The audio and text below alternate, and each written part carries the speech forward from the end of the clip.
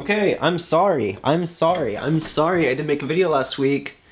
I just didn't want to. That's really the only reason why I didn't. Also, I'm lazy. But also I've been very busy with school and stuff and other things, so I just haven't had a chance to. But yeah, today I thought we'd talk about something that people ask me about occasionally, which is my favorite lens for portraits specifically, and why. But first of all, what's up?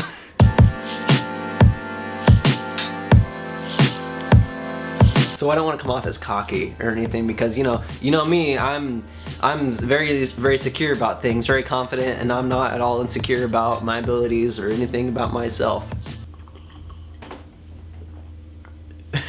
But I think occasionally it takes some pretty good portraits. I'm sure you've asked yourself at some point, Easton, how did you get your portraits to be so good? So good. And the answer to that is lots and lots of practice. But the second answer to that is knowing how to use your gear and knowing what you want out of a portrait. So my favorite lens for portraits is the Sigma 35mm f1.4 lens. Prime lens, not zoom. I would show you right now, but it's actually what I'm using to record this video on, so there are probably those of you who are watching this video who don't know what any of what I just said means. What does millimeter mean? What does F mean? What does 1.4 mean? I don't know.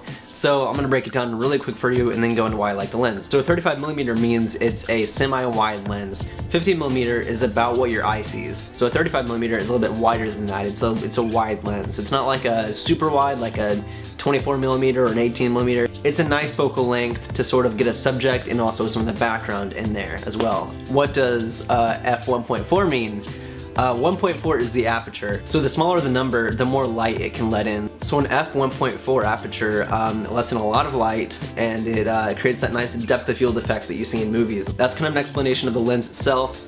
Why do I like it for portraits? Why would you use a wide lens for portraits? You know, usually people want to use like a zoom lens for like to get the face and the details, and I think it's all about intention. And what I mean by that is, what are you trying to service in your photo? Are you trying to tell a story with the subject and also, you know, the background behind them as part of their character? Or are you just trying to capture very intimate details of your subject and nothing else? For that you want an 85mm or a zoom lens or something like that.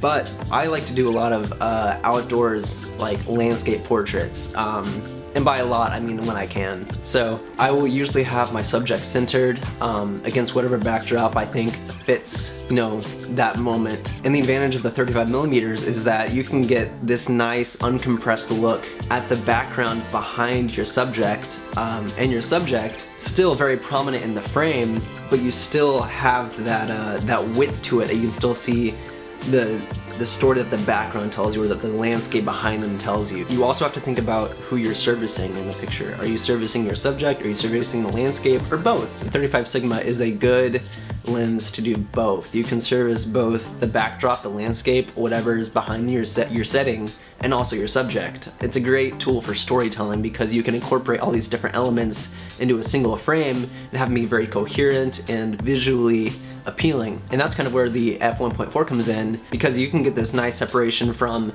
your subject in the background, you know, through that use of depth of field, right? You're gonna have your subject be super sharp, be super clean, you're gonna have your background be kind of blurred out, but you still get the idea that they're in this awesome, epic place, or maybe they're just like in their room, but you can have that separation between your subject and your backdrop, and I think a lot of times that's going to service the story you're trying to tell. Because ultimately, portraits are about your subject. They're telling the story of your subject, but the backdrop can also be part of their character.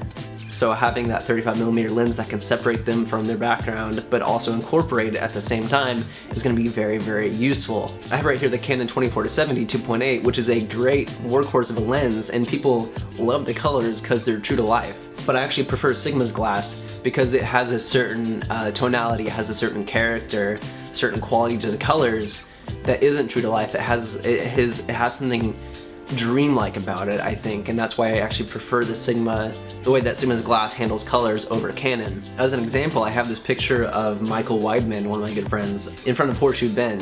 This was shot on my 35mm Sigma, and I think you can see what I mean by you can include a nice centered subject that has a lot of weight and space in the frame, but you also have the backdrop that adds character to it, that adds, you know, that storytelling aspect to the picture, to your photo. Or this picture of my friend Carl. You have this nice, like, very centered subject with a lot of very interesting elements into it that you couldn't get with an 85 or a 50. I mean, you could, obviously, but you wouldn't have the subject taking as much weight in the frame or as much space in the frame as like a 15mm lens. And it creates a very interesting composition. Or this photo, which is one of my favorite photos I've ever taken. This was shot in my 35 Sigma, and you have that shallow depth of field because you can tell her eyes are super in focus. You can tell that everything's super sharp in her face, but immediately behind that, all that distracting sort of those elements are blurred out, and you get more of a feeling from the picture than anything else. And it's a very calm, and it's one of my favorite portraits I've ever taken, actually. But it can also do full body shots like this one, and like I'm saying, incorporating